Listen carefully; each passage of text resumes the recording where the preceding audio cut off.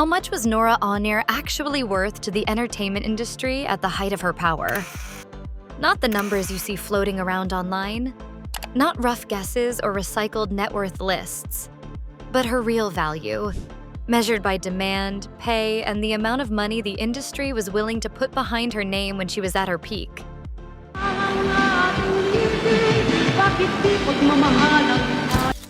At one point, Nora wasn't just a star. She was a guarantee. Films moved forward because she said yes. Albums sold because her name was on the cover. Concerts filled venues before a single song was announced. And when you translate what she was earning back then into what that kind of money would be worth today, the scale becomes impossible to ignore. So in this video, we're breaking it down carefully. No hype, no exaggeration, just a clear look at how valuable Nora Aunor really was when the industry revolved around her. Before we start, make sure you're subscribed so you don't miss any of our upcoming uploads. We've got more deep dives like this coming, and you won't want to miss them.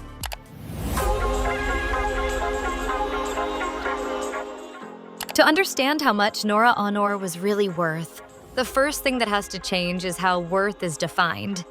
Because in the entertainment industry, especially during her era, wealth was not measured by what someone kept in the bank. It was measured by how much money their name could move, how fast projects came together, and how much risk studios were willing to take because of them.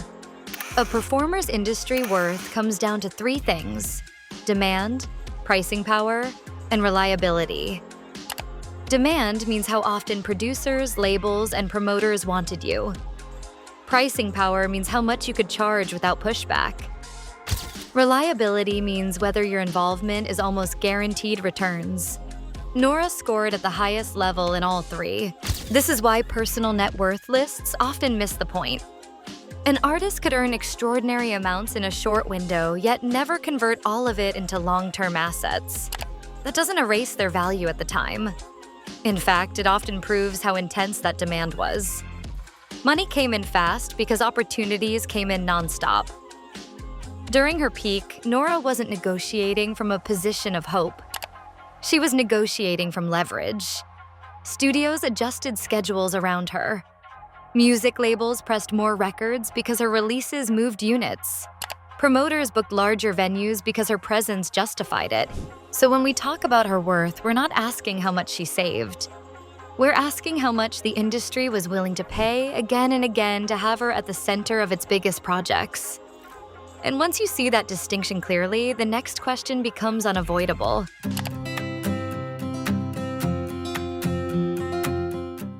To understand why Nora Aunor's industry value reached such an extreme level, you have to look at when it happened. Her peak didn't occur in a fragmented, on-demand era. It happened during a time when the entertainment industry moved as a single current, and whoever stood at the center of it controlled the flow. From the late 1960s through the 1980s, the Philippine film and music industries were operating at full throttle. Studios were producing at scale, theaters were packed, and physical records were the primary way audiences consumed music. There were fewer stars, fewer platforms, and far fewer distractions, which meant attention, and money, concentrated around the biggest names. And at the center of that concentration was Nora Aunor. This was an era when box office success depended heavily on star power. A recognizable name didn't just help a project, it could decide whether a film was made at all. Nora wasn't competing with dozens of comparable figures. She stood in a narrow tier where the demand consistently outpaced supply. Her timing mattered. She reached her peak before oversaturation, before digital distribution diluted earnings, and before artists had to split attention across platforms. When she released a film or an album, it didn't compete with thousands of options. It became the option. That concentration amplified her worth. Every appearance carried weight. Every project absorbed more value simply because of when and where it landed. And that historical advantage set the stage for the numbers. Because once demand reaches that level, compensation stops being ordinary.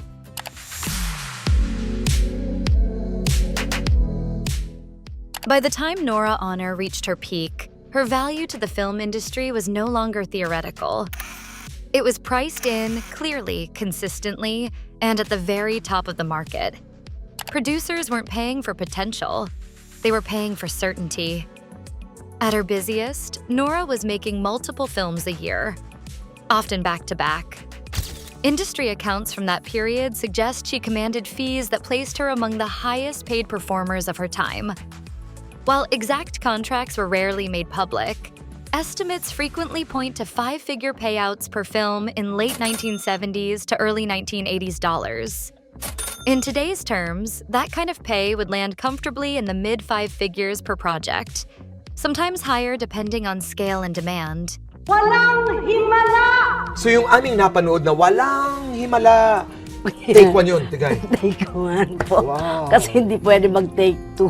What made this extraordinary wasn't just the amount, it was the volume. When you multiply top-tier pay by several major films in a single year, her annual film income alone would translate to hundreds of thousands of dollars today. And that was without back-end participation, royalties, or long-term residuals. This was straight compensation, paid up front because studios needed her attached to move forward. More importantly, her pay wasn't an outlier accident. It was sustained. Producers kept coming back, even as costs rose, because the return justified it. Her name reduced risk. It stabilized investments. It turned scripts into greenlit projects. And this is where her industry worth becomes unmistakable. When a single performer can repeatedly command premium pay and still be booked nonstop, that's not fame. That's market power. But film was only one part of the equation.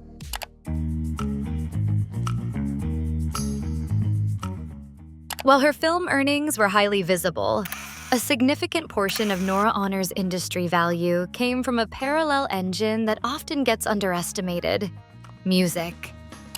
At her peak, she wasn't balancing acting and singing. She was dominating both at the same time.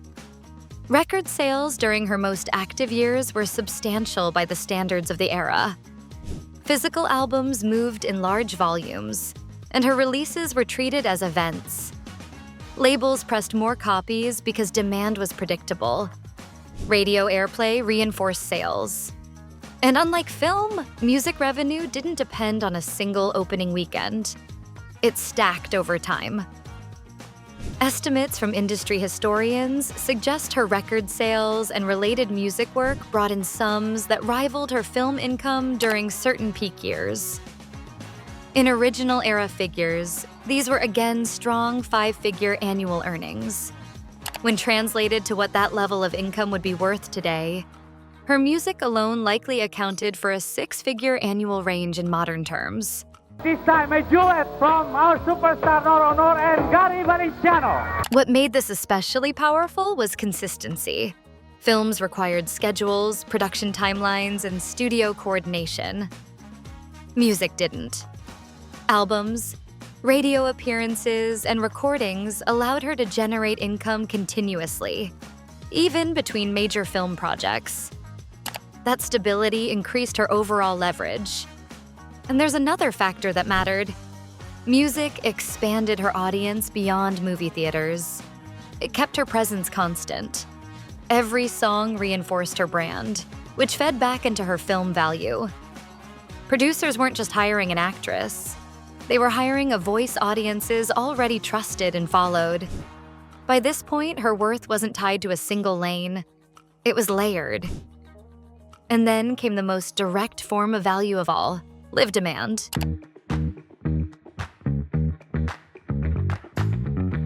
By the time Nora Aunor reached the height of her popularity, live performances had become one of her most powerful income streams.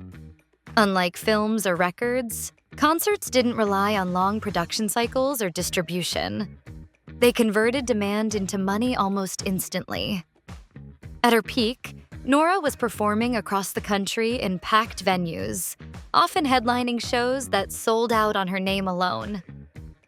Promoters booked her knowing the outcome before tickets even went on sale. That kind of certainty allowed appearance fees to climb steadily. Reports from the era suggest she commanded strong per-show payouts that, in original figures, sat well above what most performers could ask for. When translated into today's value, a single major concert appearance could represent earnings comparable to tens of thousands of dollars now. Multiply that by frequent performances within a single year, and her live income alone begins to resemble a modern touring artist's annual take. And unlike film work, these earnings were immediate. No waiting on box office returns, no delayed payouts. The cash flow was direct. What made concerts especially important to her overall worth was flexibility. Live shows could be added, extended, or scaled based on demand. When interest surged, income followed almost instantly. That responsiveness made her incredibly valuable to promoters who relied on her to anchor entire events. By this stage, Nora's industry value was fully diversified. Films proved her reliability.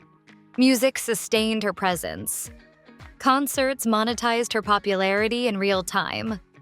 And when all three streams are considered together, the true scale of her peak worth finally comes into focus.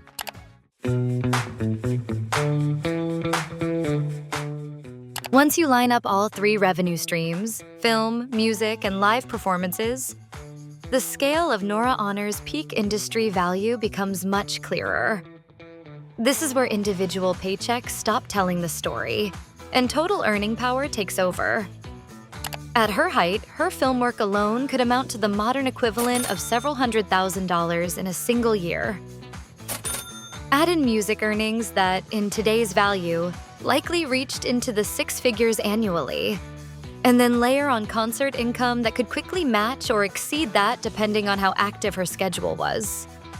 These weren't isolated highs. They overlapped.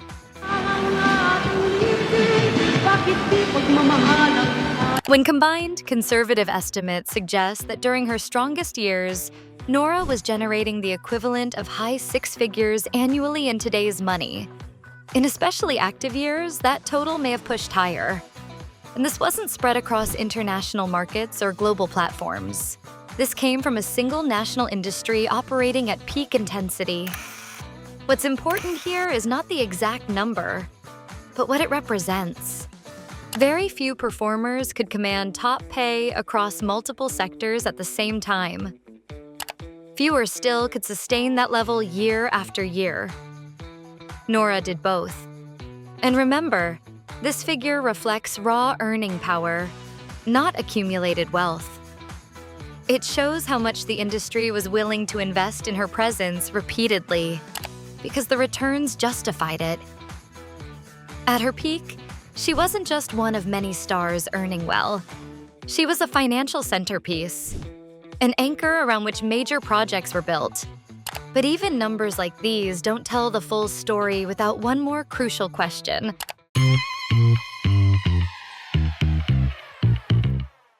At this point, the numbers raise an obvious question. If Nora Aunor was generating that level of income at her peak, why didn't it naturally turn into long-term compounding wealth? The answer has less to do with individual choices and far more to do with how the industry worked at the time. During Nora's peak years, most contracts were built around flat fees.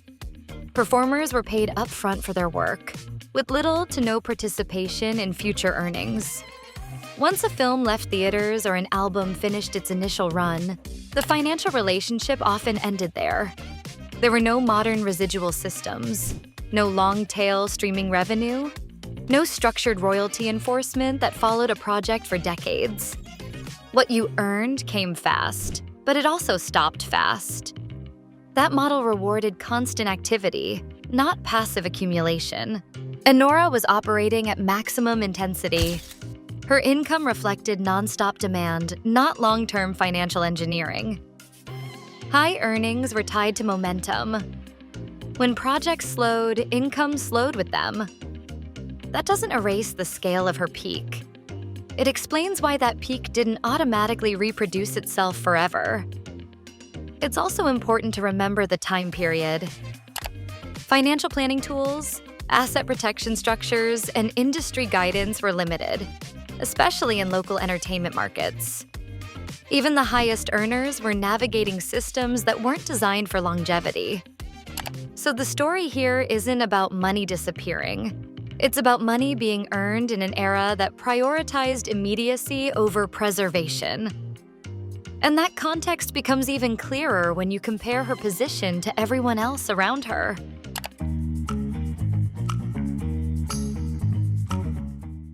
To truly understand Nora Aunor's peak industry value, it helps to step back and look at the landscape around her, not in isolation, but in comparison.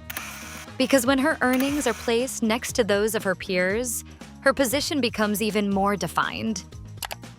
During her era, most working actors and singers earned modest, project-based income. Even successful performers typically relied on one primary stream, either film or music, not both.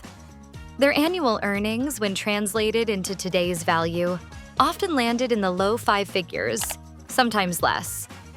Consistency at a higher level was rare. Nora existed in a different tier. While other top names might secure premium pay occasionally, she did it repeatedly, across multiple formats and over sustained periods.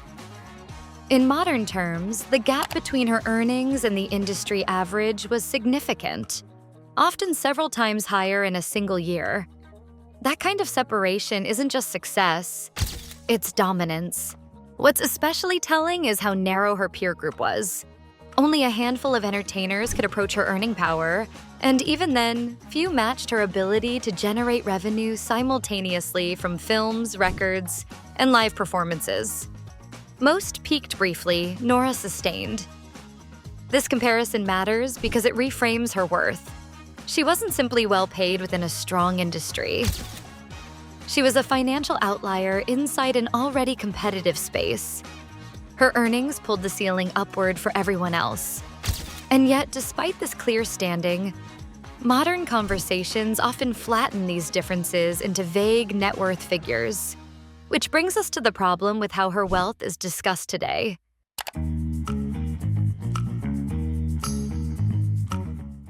By this point, it should be clear why modern net worth figures struggle to capture Nora Aunor's true peak value.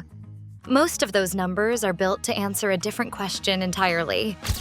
They focus on what someone has accumulated over a lifetime, not what they were capable of generating at a specific moment when demand was at its highest.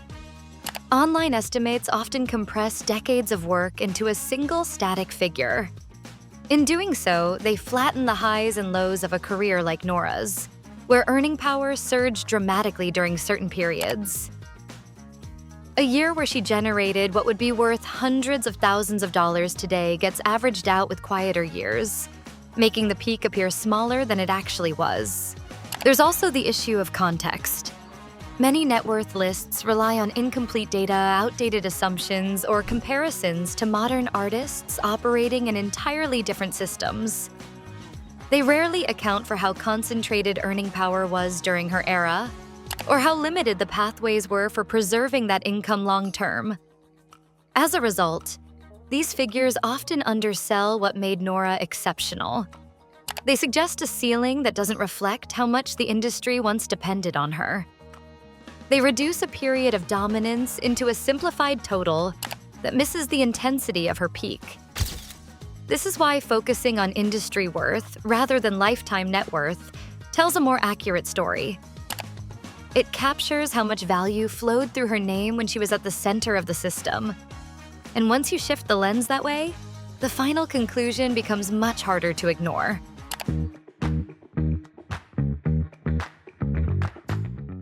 So, how much was Nora Aunor really worth to the industry at her peak? When you strip away online lists, lifetime averages, and modern comparisons that don't fit her era, the answer becomes clearer. At the height of her power, Nora was generating the modern equivalent of high six figures a year, with certain peak periods likely pushing beyond that range. That figure reflects not one lucky contract, but sustained earning power across films, music, and live performances, all happening at the same time. What makes this especially significant is scale. These numbers came from a single national industry, long before global streaming, international touring circuits, or digital monetization. There were fewer revenue channels, yet her name still carried enough weight to command top-tier compensation wherever she went. Studios paid premiums to secure her. Labels invested heavily because sales followed. Promoters booked her knowing demand was already locked in. Just a moment, darling, let me catch my breath. In practical terms, her industry worth wasn't just about what she earned, it was about what she enabled. Projects moved because of her involvement. Budgets expanded to include her. Entire release schedules revolved around her availability. That is a level of value that very few performers ever reach. So when the question is framed correctly, the conclusion is straightforward. At her peak, Nora Aunor wasn't simply successful by the standards of her time. In today's terms, she would be considered a top-tier entertainment asset, one whose presence justified major financial commitments and delivered consistent returns. And that kind of worth doesn't disappear just because it's hard to summarize in a single number.